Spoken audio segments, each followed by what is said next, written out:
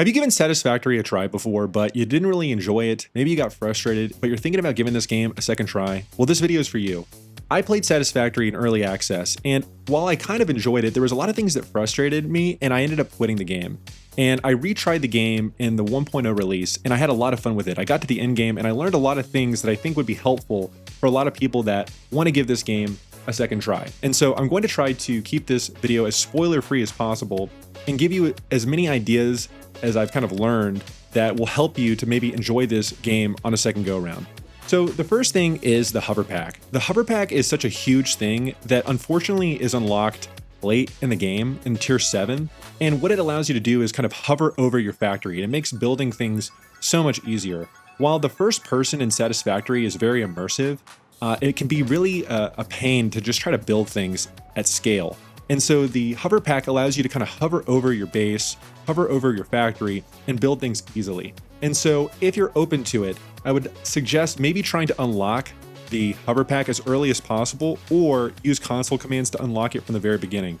I really do think that this can save almost all the problems you might have with this game, just because the first person, while immersive, does suck at times when you're trying to build things. It's just a lot easier with other video games to play from a top-down view, and Satisfactory struggles with this, in my opinion. So if you're open to it, try to unlock the hover pack as early as possible. The other thing too is try to rush full power. You start off the game burning biofuel, and biofuel is not the best because it's very tedious and you have to manually continue to feed your fuel generators to keep the power going. And just, in my opinion, try to rush tier 3 and 4 to unlock coal power, because that just makes the power process more automated and you don't have to think about it as much. So I really think that it's just not the best to just try to stay in that area. The next thing is just to automate everything. Try to automate everything you possibly can. I think there's a temptation with this game to try to manually build a couple of things because it's a pain. There's resources over there. Even if it's just a very small quantity, try to automate every part that you come across. Even if it's just a small amount, just place it with a storage container, because you're going to be building up parts later and you're going to thank yourself later when you have to unlock things with research, or you just need a little bit of that resource to kind of get to the next tier. Just try to automate everything as you go. To be honest with you, this game really doesn't start getting super crazy until tier 7, 8, and 9. And that's really when the game actually starts in a lot of ways, because the factories get huge, the logistics get huge, and in so many ways, it's just best to try to automate things while you're doing other things. And I know there's a temptation to just want to build the 20 items that you need for this one section, but just try to resist that. The other thing that's absolutely huge is the dimensional storage depots. So one thing that's really frustrating about this game is trying to build things and you don't have things in your inventory. And the best way to do that is with these dimensional storage depots, which allows you to basically have an inventory filled with everything, where you can have concrete that automatically refills because you have a concrete factory that's feeding that into a dimensional storage depot. And think of it as basically having all of your resources compiled together that don't necessarily have to be in your inventory. Really, it can be so frustrating to go from one side of the map, you don't have the resources you need, and you just have to go back to go get those resources. Honestly, I think it's really huge to just try to build as many of those things as possible and get the resources and discover the things you need to kind of make those. It'll make the process of playing the game so much easier, because you won't have to worry about getting the resources needed to build these factories. It's just kind of automated for you. So really try to rush that, or try to prioritize finding the Mercer spheres, I believe they're called, to build these depots, because it really just fixes so much of the game. Like I said, just the hover pack and that alone can really save the whole experience for you in so many ways. And the thing about it too is I would also suggest maybe playing the game on peaceful mode, where the enemies are not hostile. To be honest with you, I think this is a very weak part of the game, and more times than not, the enemies are very annoying. They're annoying when you're just exploring. They don't really provide a challenge. They're just very frustrating. So honestly, in so many ways, I would just say turn off the enemies. They really don't add that much to the experience, in my opinion. And I think it can really change the way that the game is played. The other thing too is just don't worry about 100% efficiency. I mean, in so many cases, like I said, the game really doesn't start until tier 7, 8, or 9. And honestly, you don't really even need 100% efficiency. And that's one of those things that can really slow you down. Really just try to do some back of the envelope math and just go for it. You know, it doesn't have to be perfect. A lot of times it's just about automating things. So really, in my opinion, try not to stress about that.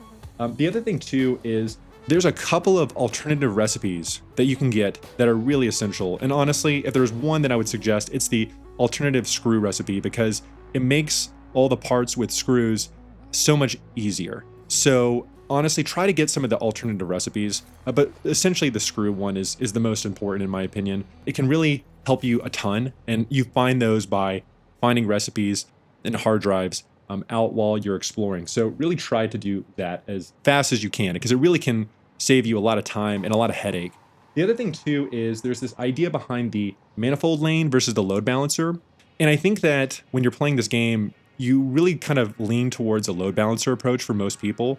To be honest with you, it can really give you a headache, especially later on where you're trying to optimize everything. And I think that really gets people bogged down and they get really confused. And honestly, just look up the manifold lane design. I have it here just for you to see it, but there's plenty of other Satisfactory YouTubers that can explain this concept in a lot more detail, and it will make your life so much easier. You won't have to think about kind of optimizing all these inputs and outputs, which can be a big headache, and it can really just feel like work more than it is fun. So really try to look into that, because I think it can really help you a lot in the end of the day. And also, in my opinion, most of the items are useful. So because most of the items are useful in this game, it's really worthwhile to just try to automate everything. Like I said earlier, you're really going to thank yourself later when you try to automate everything. So most parts are pretty useful in this game, even later on. And of course, like I said, when the game really opens up in tier 7, 8, and 9, that's where things get kind of crazy. You need a ton of resources, you have to manage the logistics. But really, the big thing is just to have fun with this game. Like I said, it gets really crazy at that point, but a lot of times it's just about getting to that point and just getting used to the systems. But it's important not to be overwhelmed.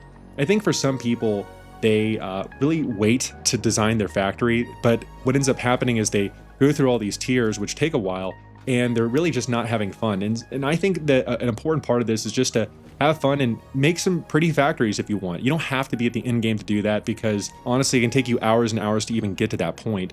So take the time to just enjoy yourself. Try not to rush. There's no point to rush in this game. There's no stress. Not everything needs to be optimized. You know, make some factories pretty. I think that that's a really huge thing that can really kind of help the experience for a lot of people. And then the last thing too is try to build on foundations. This is like a big one where, I made this mistake when I first played the game. A lot of people will try to build their factories on the ground, and it gets kind of messy because of the terrain that is constantly changing in elevation. Just try to put everything on foundations. It will save you a lot of headache, and look at the shortcut keys for placing a bunch of foundations as well. There's plenty of shortcut keys and optimizations that plenty of other YouTubers and Satisfactory YouTubers can show you, but the big one is to quickly place a lot of foundations, and of course, just use foundations. It will save you a ton of time. And then the last thing is try the different biomes. I tried the desert biome on my second go round, and it really changed my entire experience. So there's 4 biomes that you can select from to start your game. And I think that a lot of people are tempted to go with the first biome. Try the other ones out. You might have a different experience. It might resonate with you more. And I think that's a really huge thing that can really change the game up quite a bit. And then the last thing is that when you're building some of these more complicated parts, just take it slow and work at it one part at a time, especially kind of at that later stage part. So really just, it can get very overwhelming trying to manage all the resources and parts. And I think that people want to be super optimized. And I think it's very difficult to do that, especially on your first go around. So just take things one part at a time and start at the end. And I think it'll save you a lot of headache later on. And so that's what I had to say about getting into Satisfactory and giving this game a second try. It's a lot of fun, and I really think that a lot of these tips will help you, especially if you were really frustrated on the first go around and you really didn't enjoy the game, because this game is very fun and rewarding. And I think that there's a couple of core flaws to the game that really turns a lot of people away, but I think that the things that I suggested in this video can really help you to actually enjoy this game and give this game a second try and have a ton of fun. So I hope you enjoyed the video, and I'll see you in the next one.